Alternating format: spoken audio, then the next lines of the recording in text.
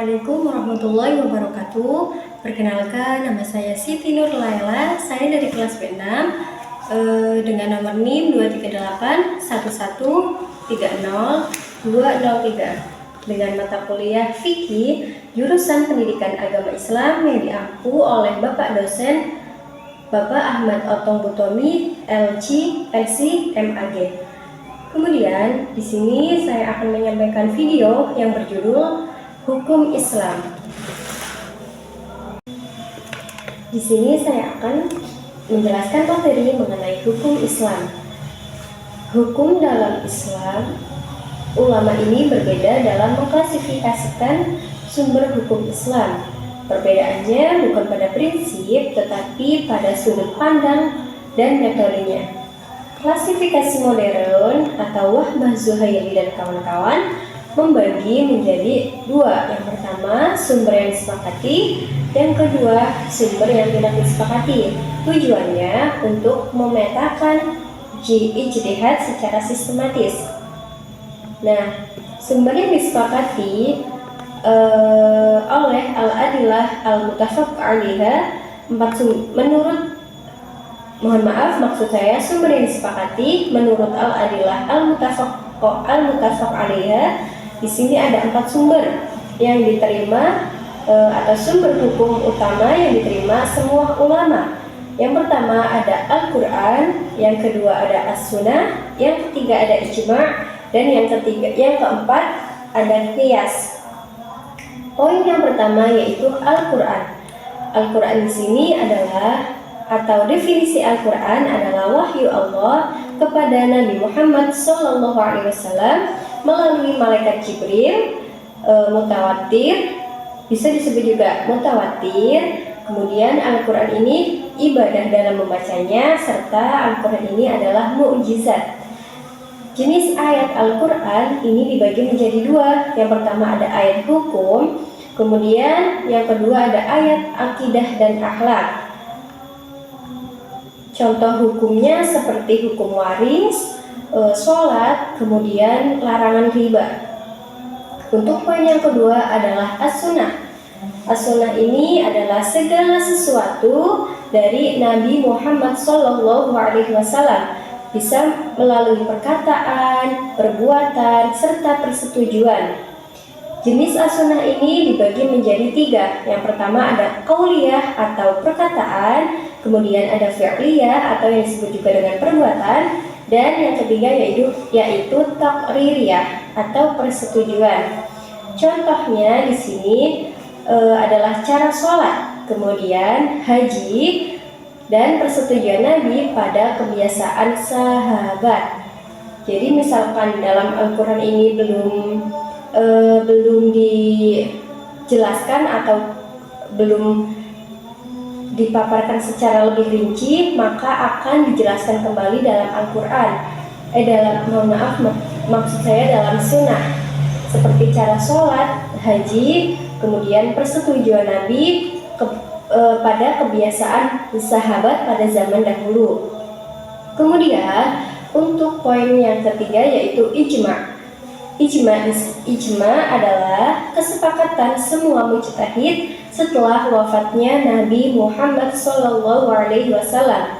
Ijma' ini dibagi menjadi 2 jenis. Yang pertama yaitu ijma' sharih atau tegas, kemudian ada ijma' sukuti atau ijma' yang diam, bisa disebut juga lemah. Contohnya yaitu kewajiban sholat 5 waktu, kemudian pengumpulan Al-Quran itu juga dijelaskan dalam ijma' atau melalui kesepakatan semua mujtahid. Dan poin yang keempat adalah qiyas. Qiyas adalah menyamakan kasus baru dengan kasus lama karena ada kesamaan ilat atau sebab hukum. Ada beberapa unsur yang mempengaruhi qiyas. Yang pertama ada aslu atau kasus asal. Yang kedua ada far'u atau kasus baru, dan yang ketiga ada hukmul asli atau hukum asal, dan yang terakhir ada ilat, sebab hukum. Contohnya, narkoba diharamkan seperti khamr karena sama-sama memabukkan. Kemudian sumber yang tidak Kalau 4 tadi ini adalah sumber yang disepakati, dan yang selanjutnya itu sumber hukum yang tidak disepakati menurut al-adilah al-muhtalaf fiha. Sumber ini menjadi wilayah ijtihad dan perdebatan ulama karena pada sumber ini terdiri dari 3, yaitu ihtisan, yang kedua maslahah mursalah, dan yang ketiga adalah urf. Yang pertama, istihsan. Istihsan ini adalah meninggalkan qiyas yang jelas demi qiyas yang samar, atau pengecualian demi keadilan dan kemaslahatan. Jenisnya dibagi menjadi 3. Yang pertama berdasarkan qiyas harfi, yang kedua berdasarkan nas, kemudian yang ketiga berdasarkan maslahah. Contohnya, jual beli pesanan atau salam dibolehkan demi kebutuhan masyarakat. Dan yang selanjutnya, hukum yang selanjutnya itu maslahah mursalah, atau kemaslahatan yang tidak didukung atau dibantah oleh dalil spesifik. Dalam maslahah mursalah ini ada 3 tingkatan. Yang pertama daruriyat, ini termasuk maslahah yang primer. Kemudian yang kedua ada hajiyat, termasuk yang sekunder, dan yang ketiga adalah tahsiniyat atau tersier. Contoh dari maslahah mursalah ini yaitu pengumpulan Al-Quran oleh Abu Bakar untuk menjaga agama. Kemudian yang selanjutnya yaitu urf, hukum Islam yang tidak disepakati ini ada yang namanya urf atau kebiasaan. Apa yang dimaksud dengan urf? Urf ini adalah kebiasaan masyarakat yang telah berlangsung secara terus-menerus. Jenis dari urf atau kebiasaan ini ada 2. Yang pertama, urf sahih atau sahih yang sesuai dengan syariat. Yang kedua adalah urf fasid atau yang bertentangan dengan syariat. Contohnya, mahar dalam nikah mengikuti kebiasaan setempat.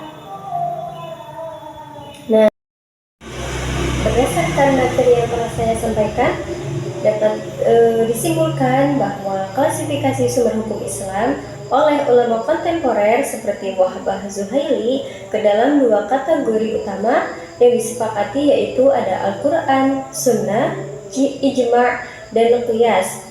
Dan yang tidak disepakati itu mencakup istihsan, maslahah mursalah, dan urf. Itu merupakan pendekatan yang praktis, sistematis, dan edukatif.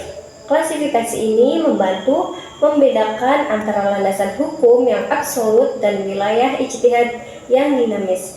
Kemudian, sumber yang disepakati ini berfungsi sebagai fondasi tetap atau sawabit syariat, sementara sumber yang tidak disepakati ini merupakan alat ijtihad yang menjadikan hukum Islam menjadi lentur, kontekstual, dan responsif terhadap perkembangan zaman, seperti dalam kasus pengharaman narkoba melalui qiyas.